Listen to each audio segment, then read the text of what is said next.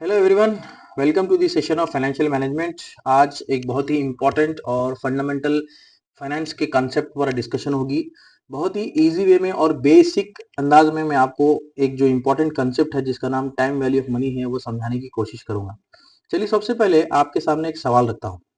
अगर मैं आपको कहूँ कि आज आपको मैं 10,000 रुपये दूंगा और एक और ऑप्शन आपको दूं कि एक साल बाद आपको 10,000 रुपये दूंगा, तो दोनों ऑप्शन में से आप कौन सा ऑप्शन चूज करेंगे? तो जाहिर सी बात है, ज्यादातर लोग आज जो 10,000 रुपीज मिलने वाले हैं उसी ऑप्शन को ऑप्ट करेंगे, है ना?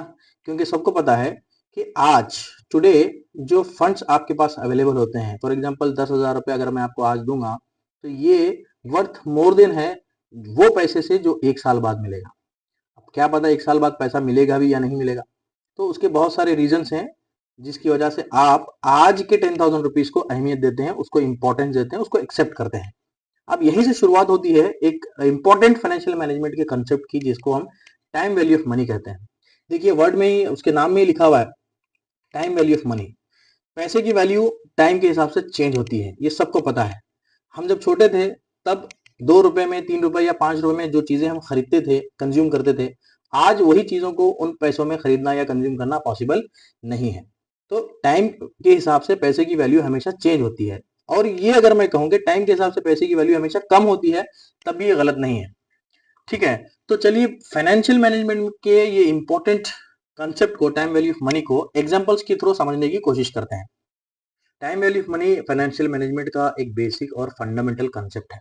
यहाँ पर इस कंसेप्ट में ये इस बात पर जोर दिया जाता है कि अगर आप पैसे को इडल रखेंगे, उसको यूज नहीं करेंगे या फिर कहीं इन्वेस्ट नहीं करेंगे, तो उसकी वैल्यू कम होगी। जैसे मैंने आपको बताया कि पैसे की वैल्यू टाइम के हिसाब से चेंज होती है। अगर आप उसको इन्वेस्ट करेंगे, पैसे को इन्वेस्ट करेंगे, तो ये पॉसिबिलिटी है कि आप उस पैसे को ग्रो कर सकते हैं ओवर द टाइम। तो यहाँ पर बताने का मकसद ये है कि जो पैसा हम आज एक्सेप्ट कर रहे हैं, टुडे एक्सेप्ट कर रहे हैं, और एक साल बाद या आगे फ्यूचर में हम उस पैसे को एक्सेप्ट नहीं कर रहे हैं, उसके कई रीजन हैं। सबसे पहला रीजन ये है कि अगर आज हमें वो फंड्स अवेलेबल हो जाते हैं, आज हमारे हाथ में पैसा आ जाता है, तो सबसे पहली चीज जो हम कर सकते हैं वो ये कर सकते हैं कि हम उसको उसको खर्च करेंगे, स्पेंड करेंगे। हमारी बेसिक नीड पे स्पेंड करेंगे, हम गुड्स खरीदेंगे, शॉपिंग करेंगे, जो भी हमारे पर्सनल एक्सपेंसेस हैं हम उसको पूरा करेंगे, हम अपने नीड्स को सेटिस्फाई करेंगे, खामोश बैठेंगे। अगर हम ये नहीं कर रहे हैं, पैसे को इस्तेमाल नहीं कर रहे हैं, पर्सनल नीड्स पर इस्तेमाल नहीं कर रहे हैं, कोई गुड सर्विसेज नहीं परचेस कर रहे हैं, तो हमारे पास कई ऑप्शन है। और उन्हीं ऑप्शन की वजह से हम फ्यूचर में पैसे को एक्सेप्ट नहीं करते हैं, फ्यूचर में जो अमाउंट मिलने वाला है उसको अहमियत नहीं देते हैं, और आज टुडे जो पैसा मिलने वाला है उसको अहमियत देते हैं। क्यों? क्योंकि देखिए, रीजन ये है। सबसे पहली चीज, अगर आज पैसा मिलेगा तो हम उसको इन्वेस्ट कर सकते हैं। कहीं भी इन्वेस्ट करिए आप basic investment opportunities, for example saving account में पैसे रखिए, यहाँ पर मिनिमम रिस्क होता है, मिनिमम रिटर्न भी होता है। फॉर एग्जांपल 5% इंटरेस्ट रेट पर अगर आप 10,000 रुपए बैंक अकाउंट में रखेंगे, अपने एक्सपेंसेस को पोस्टपोन करके, डिले करके, पैसा खर्च नहीं करके, बेसिक इन्वेस्टमेंट अपॉर्चुनिटी, अगर आप सेविंग बैंक में भी पैसे रखेंगे तो वो ग्रो होगा। 10,500 रुपए हो जाएंगे एक साल बाद, क्योंकि उस पर इंटरेस्ट आपको मिल रहा है। बैंक्स आपका पैसा लेके इस्तेमाल कर रहे हैं, उसको कहीं और इन्वेस्ट कर रहे हैं, वो भी उस पर पैसा कमा रहे हैं, तो उसमें से आपको कुछ पैसा रिटर्न के तौर पे मिल रहा है। तो एक ऑप्शन, हम इन द फ्यूचर पैसे एक्सेप्ट नहीं करेंगे, आज पैसे को एक्सेप्ट करेंगे। उसके सबसे बड़ा उसका रीजन है कि हम उस पर रिटर्न कमा सकते हैं, उस पर अर्निंग हमको मिल सकती है। फॉर एग्जाम्पल इंटरेस्ट इस केस में मिल रहा है ना? दूसरा रीजन ये है कि इन्फ्लेशन। देखिए, इन्फ्लेशन, हम मैंने आपको अभी थोड़ी देर पहले एक छोटी सी एग्जांपल दी कि बचपन में हम 5 रुपए, 10 रुपए, 2 रुपए में जो चीजें खरीदते थे, आज उन चीजों के रेट्स बढ़ गए हैं। ये इन्फ्लेशन नहीं तो क्या है? इन्फ्लेशन है ना। टाइम के हिसाब से इन्फ्लेशन बढ़ रहा है, बढ़ रहा है, बढ़ रहा है, धीरे धीरे चीजों की कीमतें बढ़ रही हैं, कॉस्ट बढ़ रहा है, इन्फ्लेशन बढ़ेगा ही।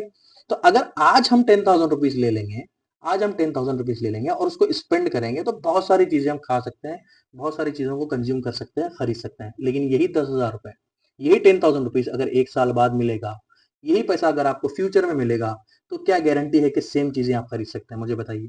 इन्फ्लेशन बढ़ेगा तो जाहिर सी बात है, वही चीजें जो आज आप खरीद रहे थे, उतनी नहीं, उतनी क्वांटिटी में आपको नहीं मिलेंगी, बल्कि कम क्वांटिटी में आपको अवेलेबल होंगी, कम क्वांटिटी आपको मिलेगी उसकी। क्योंकि इन्फ्लेशन, प्राइसेस बढ़ रहे हैं, फूड इन्फ्लेशन बढ़ रहा है, रिटेल इन्फ्लेशन बढ़ रहा है। अब डेटा देखिए, रिसेंट डेटा आपने देखा होगा जिसमें इन्फ्लेशन बहुत तेजी से बढ़ रहा है।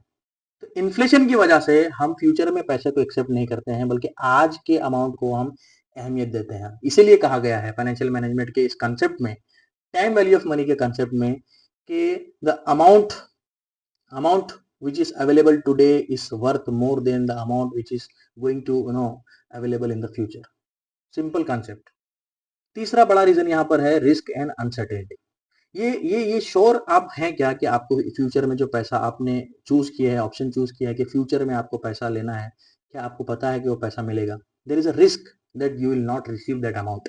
There is uncertainty that anything can be happen, है ना, कुछ भी हो सकता है, बहुत सारे अनफोर्सीन सर्कमस्टेंसेस पैदा हो सकते हैं. तो इसीलिए आज ही उस पैसे को एक्सेप्ट करने में भलाई है, हम फ्यूचर में उस पैसे को एक्सेप्ट नहीं करेंगे. तो टाइम वैल्यू ऑफ मनी के कंसेप्ट में बेसिकली हम दो थ्योरीज को पढ़ते हैं, दो कंसेप्ट्स को पढ़ते हैं. एक तो है फ्यूचर वैल्यू और दूसरा है प्रेजेंट वैल्यू. देखिए, फ्यूचर वैल्यू में हमें प्रेजेंट कैश फ्लोज का पता होता है. हमारे पास हमारे पास क्या कैश फ्लोज अवेलेबल है उसका पता होता है. हम उसको इस्तेमाल करते हुए फ्यूचर कैश फ्लोज को मेजर करते हैं, कैलकुलेट करते हैं. और इस प्रेजेंट वैल्यू के कंसेप्ट में हमारे पास फ्यूचर कैश फ्लोज का पता होता है. हमें ये पता होता है कि हमें फ्यूचर में यानी कि इन कमिंग ईयर्स हमें कितना कैश फ्लो हमें मिलने वाला है या कितना कैश फ्लो अवेलेबल है.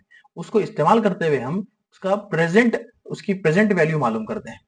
ठीक है, तो अब हम डिटेल में हम पढ़ेंगे फ्यूचर वैल्यू को कैसे कैलकुलेट किया जाता है और प्रेजेंट वैल्यू को कैसे कैलकुलेट किया जाता है. देखिए, ये बहुत डीप कंसेप्ट्स हैं, इसको बहुत ज्यादा डिटेल में पड़ता है, लेकिन बेसिक अंडरस्टैंडिंग के लिए जो चीजें जरूरी हैं आज मैं आपको यहाँ पर एक्सप्लेन कर देता हूँ. तो इन बेसिक कंसेप्ट के थ्रू आप कोई भी टाइम वैल्यू ऑफ मनी के कंसेप्ट को आप समझ सकते हैं.